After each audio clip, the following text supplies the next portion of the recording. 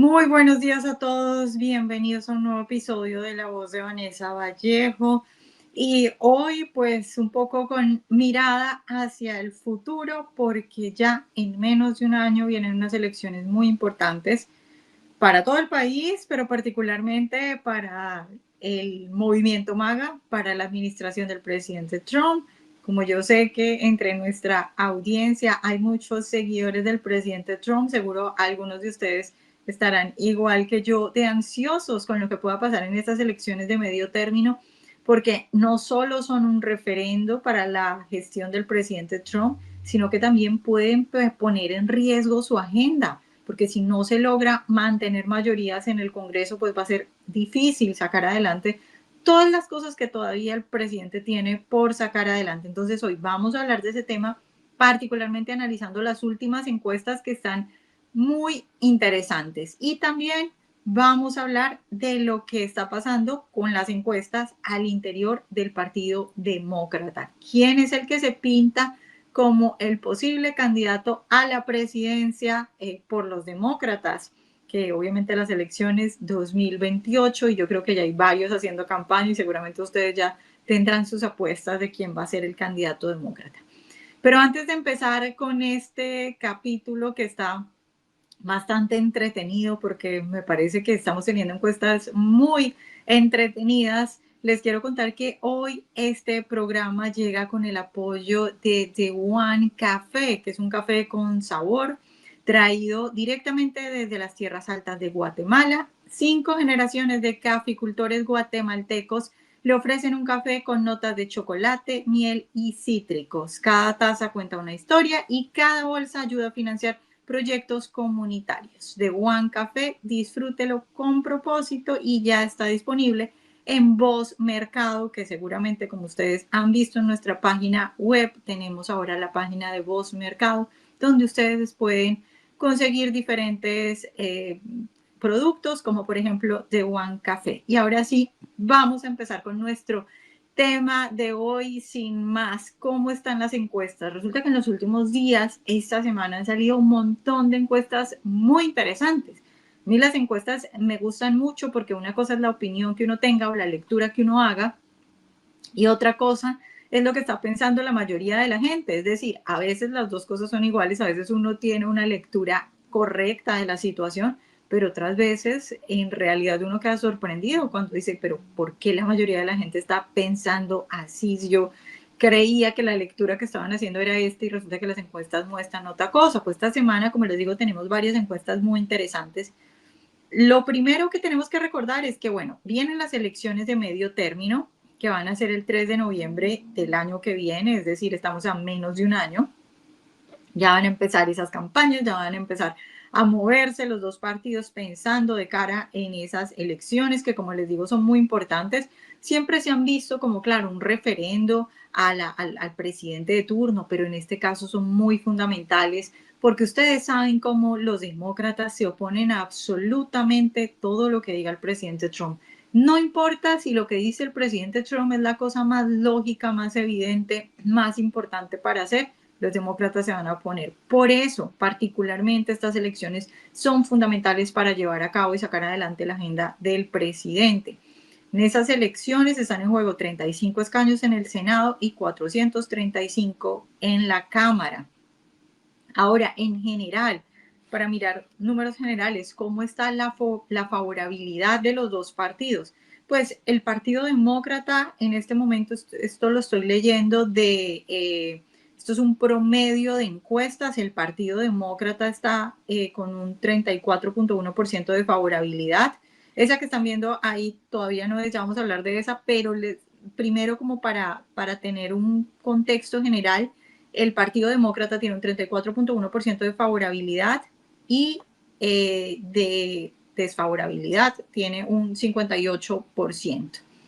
El Partido Republicano tiene un 40.6% de favorabilidad, eso significa 6 puntos más que la favorabilidad del Partido Demócrata, y de infavorabilidad 53.2%. Entonces, pues si vemos, digamos, la diferencia entre favorabilidad y desfavorabilidad de los dos partidos, sale perdiendo el Partido Demócrata, que tiene un menos 0,23.9 en esa diferencia, mientras que el Partido Republicano tiene un 12.6%. Pero en general, como ustedes pueden ver, en los dos partidos la desfavorabilidad es más alta, bastante más alta. Estamos hablando en los dos cifras de dos dígitos.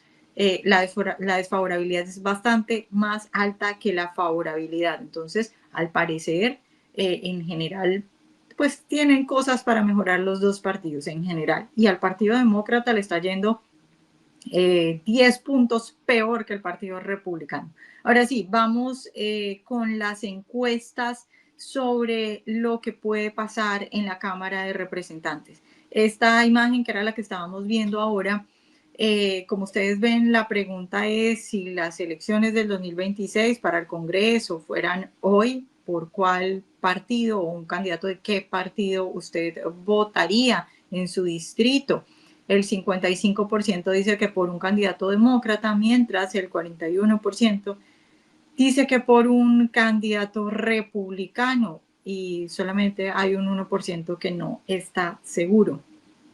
Entonces, pues aquí, en cuanto a la Cámara de Representantes, el Partido Demócrata tiene una ventaja de más de 10 puntos. Estamos hablando de 14 puntos frente a los votantes que dicen que escogerían un candidato republicano.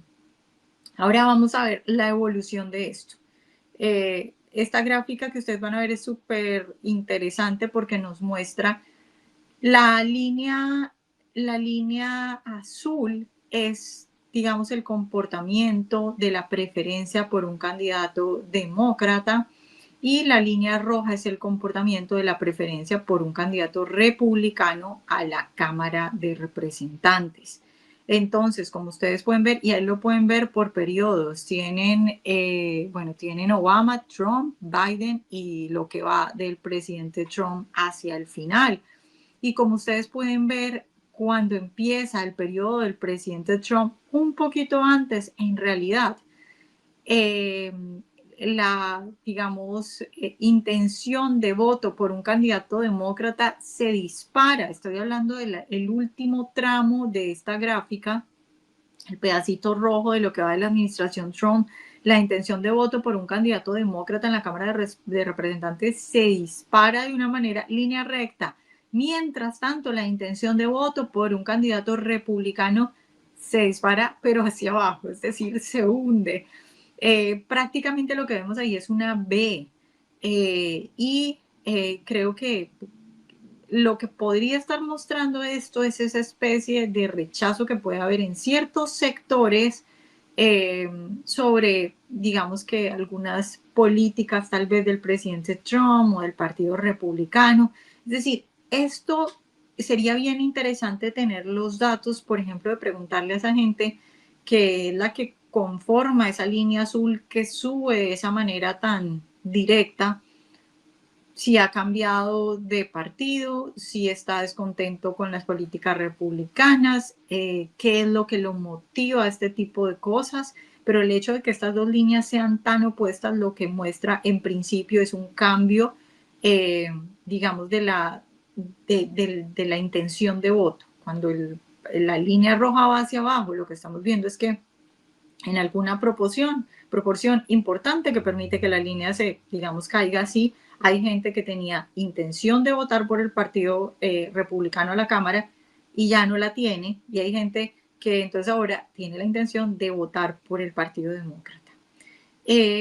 Digamos que esto no es una sentencia de muerte. Es normal que cuando es decir, es normal que el partido que está en el poder sea criticado por errores que tienen todos los partidos, errores que tienen todas las administraciones. El asunto es qué tanto se va a ver eso reflejado en los votos. Entonces, no es una sentencia de muerte, no es un asunto tampoco tan escandaloso, pero sí es un asunto al que hay que ponerle cuidado, porque lo que estamos viendo con esa B ahí, esas líneas, una subiendo de esa manera y la otra bajando de esa manera, es gente que está cambiando en intención de voto para la Cámara de Representantes. Ahora, algo muy interesante que hemos hablado en este podcast varias veces fue lo del cierre del gobierno. Cierre del gobierno más largo de la historia de este país.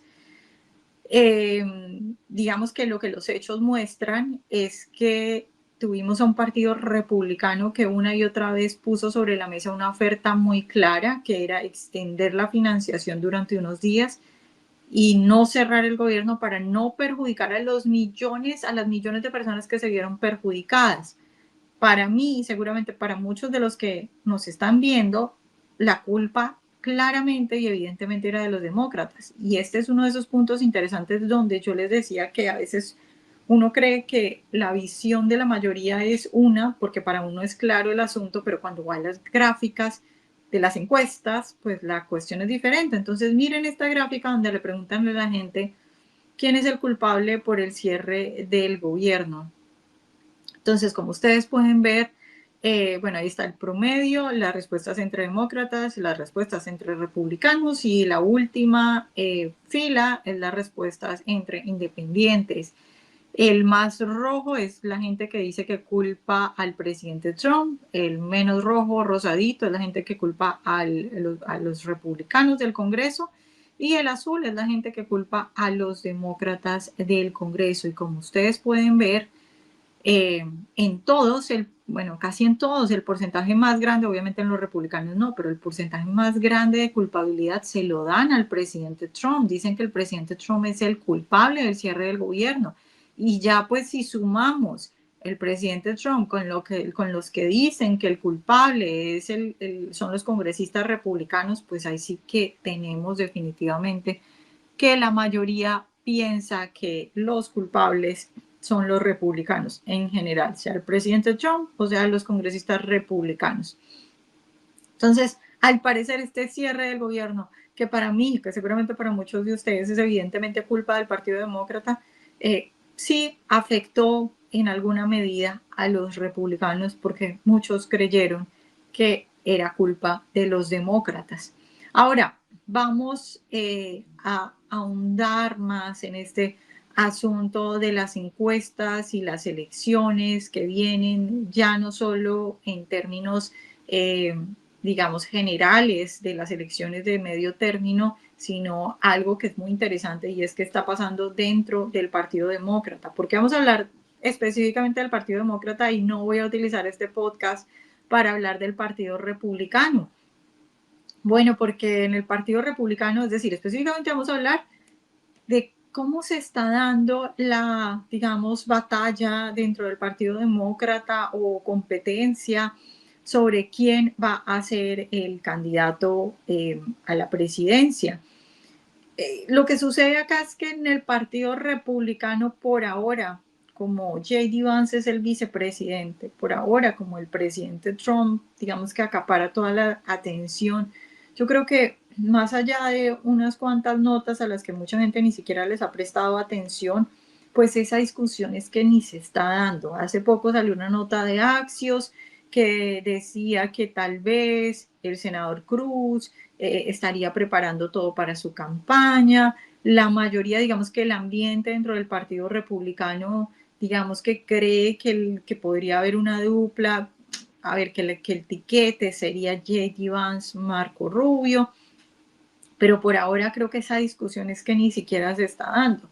Mientras tanto, en el Partido Demócrata muchas cosas están pasando, no solo porque sí se están dando, digamos, esas figuras que evidentemente están haciendo campaña desde hace ya bastante, sino también porque el Partido Demócrata está pasando por un momento bien complicado de crisis de identidad, donde el Partido Demócrata tiene, y también lo hemos hablado acá en este podcast mucho, y es un tema muy interesante, donde el Partido Demócrata tiene que decidir cuál va a ser el rumbo que va a tomar. Si se va a convertir en un partido de extremos, si va a tomar las líneas de Alexandria Ocasio-Cortez, si va a intentar retomar un punto moderado o cuál va a ser, digamos, el futuro que va a tener. Y pues eso también depende mucho de quién va a ser el que asuma el liderazgo, es decir, las dos cosas. ¿Qué rumbo va a tener el Partido Demócrata? Depende de quién asuma, por ejemplo, esa candidatura a la presidencia y también puede ser al contrario.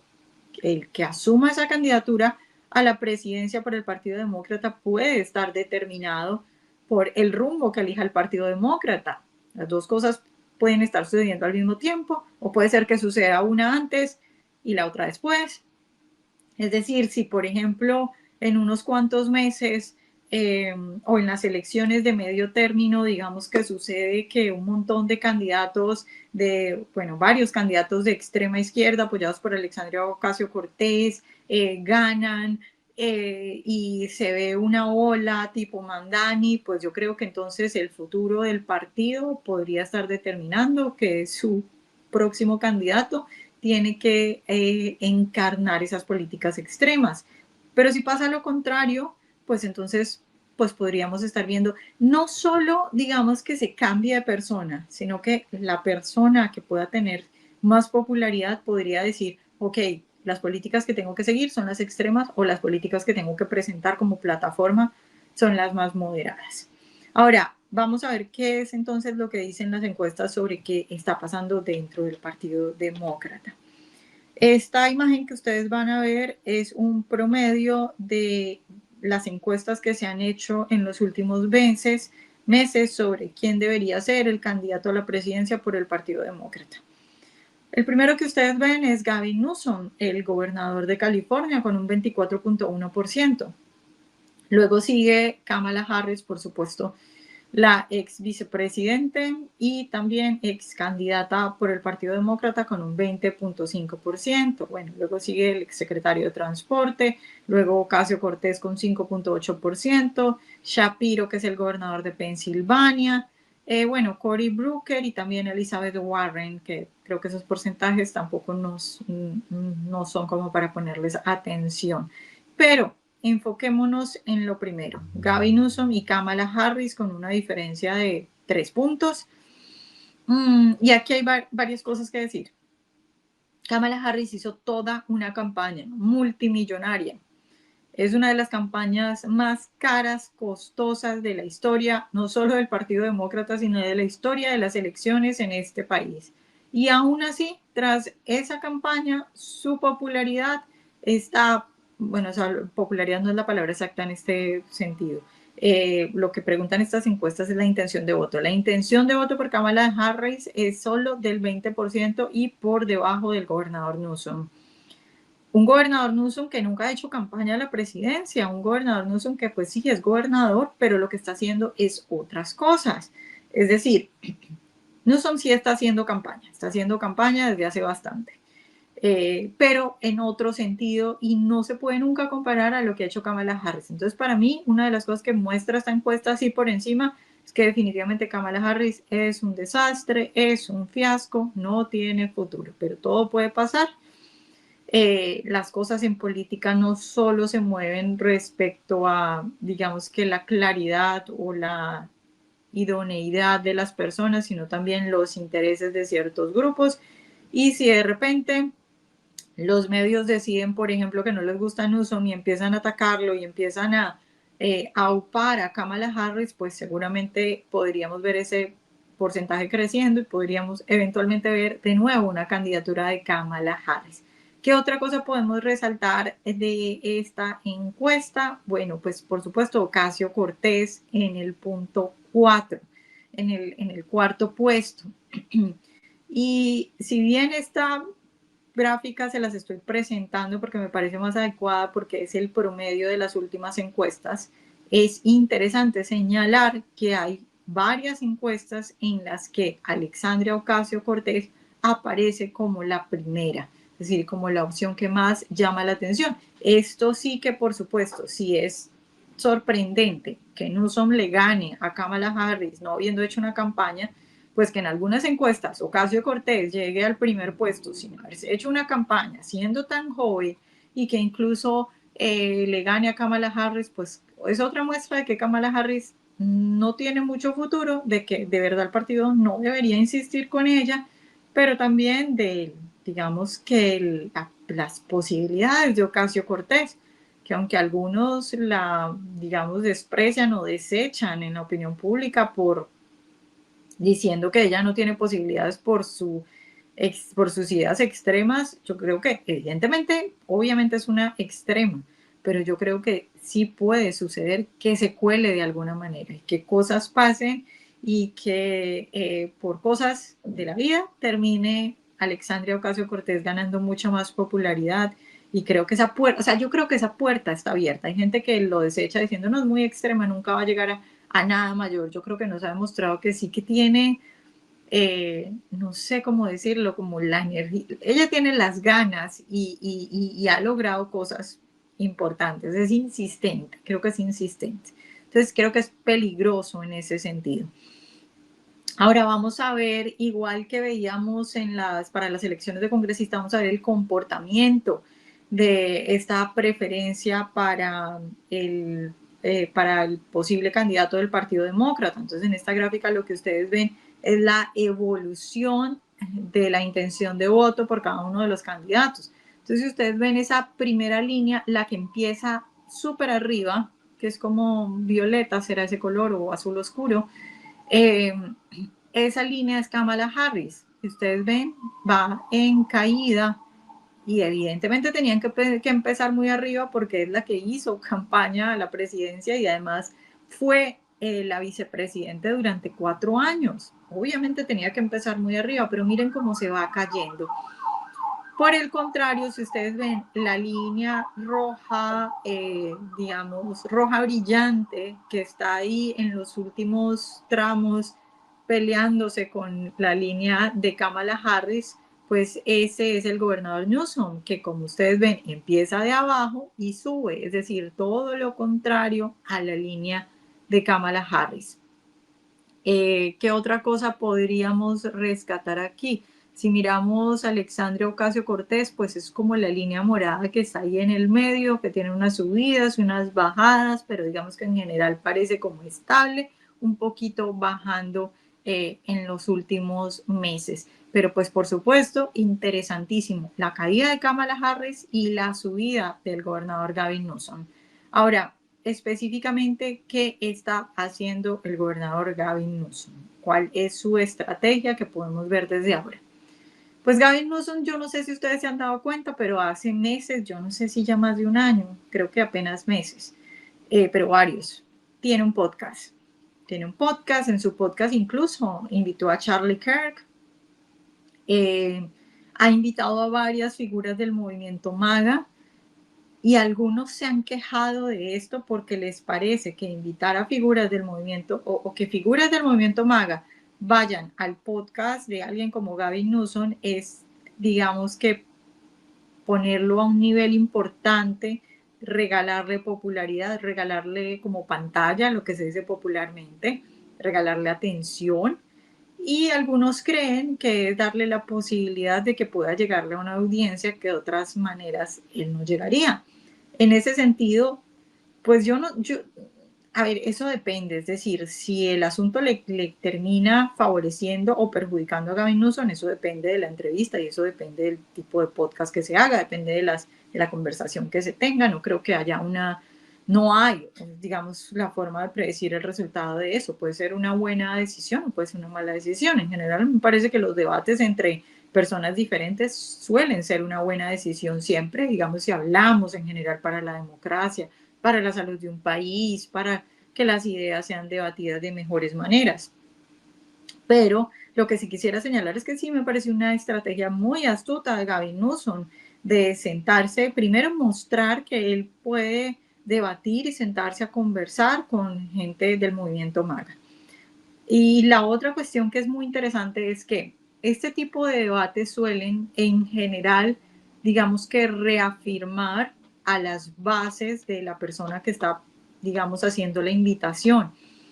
Porque claro, si yo siento a Newsom y siento a alguien republicano y lo que tengo es una audiencia demócrata, pues la mayoría de las veces esa audiencia siempre va a estar de acuerdo, a no ser de que sea alguien que, digamos, sí de verdad honestamente quiera escuchar y quiera cambiar de opinión, pero la mayoría de las veces esa audiencia demócrata lo que va a hacer es emocionarse con el que está representando su lado. Entonces, ese tipo de programas en general son una buena estrategia porque lo que hacen es como que animar a la gente a la base, digamos que darles oportunidades a esas personas que ya creen en ese candidato, que ya están de acuerdo con ese candidato para que se emocionen más. Y eso pues es, digamos que una muy buena estrategia de Gavin Newsom. Ahora, la estrategia del discurso y de qué temas se está tocando. Pues los demócratas yo creo que en general han entendido que el punto es la economía, que hay que hablar de economía. El problema que ellos tienen es que ellos no tienen buenas respuestas, es que ellos no tienen buenos planes, porque la mayoría de ellos lo que tienen es un montón de ideas pues socialistas, o algunos socialdemócratas, pero bien basadas en el gobierno.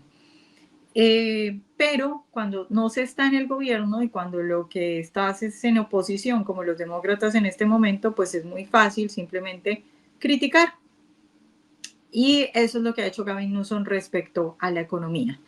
Se ha basado mucho en la economía, está hablando mucho de la economía, criticando muchísimo al presidente Trump, lo cual por supuesto es un descaro porque la economía de California no está para nada bien.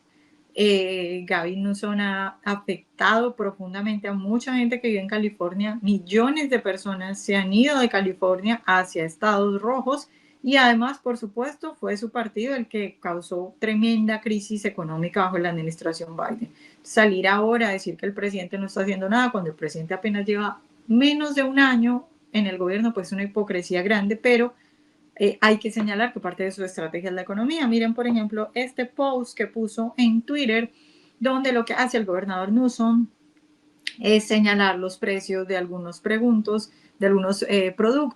y, por supuesto, culpar al presidente Trump. Miren cómo él le dice gran trabajo y lo etiqueta y pone ahí esa foto de cómo han subido algunos productos desde que el presidente Trump tomó la oficina, como por ejemplo el café, pues, y otros alimentos que ustedes ven ahí. Ahora, una cosa para señalar es, miren el estilo que utiliza Newsom, diciéndole, buen trabajo, presidente Trump. Obviamente, eh, intentando hacerlo quedar en ridículo, utilizando la sátira, que es un estilo que hace poco ha incorporado Newsom en su estrategia de comunicación. Un poco algunos dicen que intenta copiarle al presidente Trump el tono burletero, pero entonces, bueno, la economía importante. Luego, por supuesto, atacar a Trump diciendo que el presidente Trump está en contra de la Constitución y que se quiere pasar la Constitución. Miren, por ejemplo, este video en el que Newsom habla de cómo supuestamente el presidente Trump está, sí, violando la Constitución. No creo en el gobierno de Don DKO N. A eso nos enfrentamos en los Estados Unidos de América. No quiero perder mi república. Espero que entiendan y estén asimilando lo que está pasando en los Estados Unidos de América. Donald Trump no cree en lo que creían nuestros padres fundadores, en la igualdad de poderes del gobierno. No cree en la soberanía popular, no cree en el sistema de pesos y contrapesos. Tenemos un Congreso pasivo y desentendido. Tenemos un Estado de Derecho que, como dije, cada vez más se asemeja a la ley de Don. Nuestra política necesita un cambio. Bueno, ahí está el gobernador diciendo que el presidente Trump simplemente sigue sus reglas y no las reglas de los padres fundadores y de la Constitución. Entonces, otra de sus estrategias, atacarlo diciendo que el presidente Trump hace cosas inconstitucionales. Finalmente, lleno de memes, utilizando lo que algunos dicen que es la copia de la estrategia del presidente Trump. Miren, por ejemplo, este post que puso recientemente en una de sus cuentas en Twitter donde se ve al presidente Trump. Esta es la cuenta, una cuenta que utiliza él de su oficina de prensa. Pone al presidente Trump con los ojos cerrados y dice que se tomó una siesta y de hecho le pone como unas patas de marrano o algo así. Bueno, el punto es que este hombre está copiando la estrategia del presidente Trump de hacer memes. Bueno, espero que les haya gustado este análisis de lo que está haciendo el candidato Newsom, ya llamémoslo candidato porque él mismo yo creo que abiertamente ya ha dicho eso.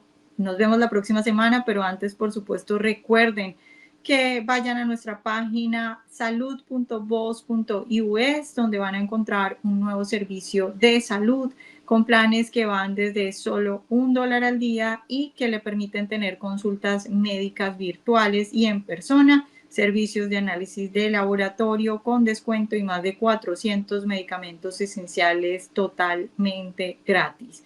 Vayan a nuestra página salud.voz.us para que se enteren de todos estos planes a los cuales ustedes pueden acceder. Y por supuesto también recordarles que descarguen nuestra aplicación donde están todos nuestros contenidos, las noticias, los análisis y que nuestros podcasts, porque no solo este, sino que tenemos muchos otros podcasts, están en todas las plataformas de podcast como Spotify y también YouTube para que estén al tanto de todo nuestro contenido. Y con eso pues les agradecemos por acompañarnos una semana más y nos vemos la siguiente semana.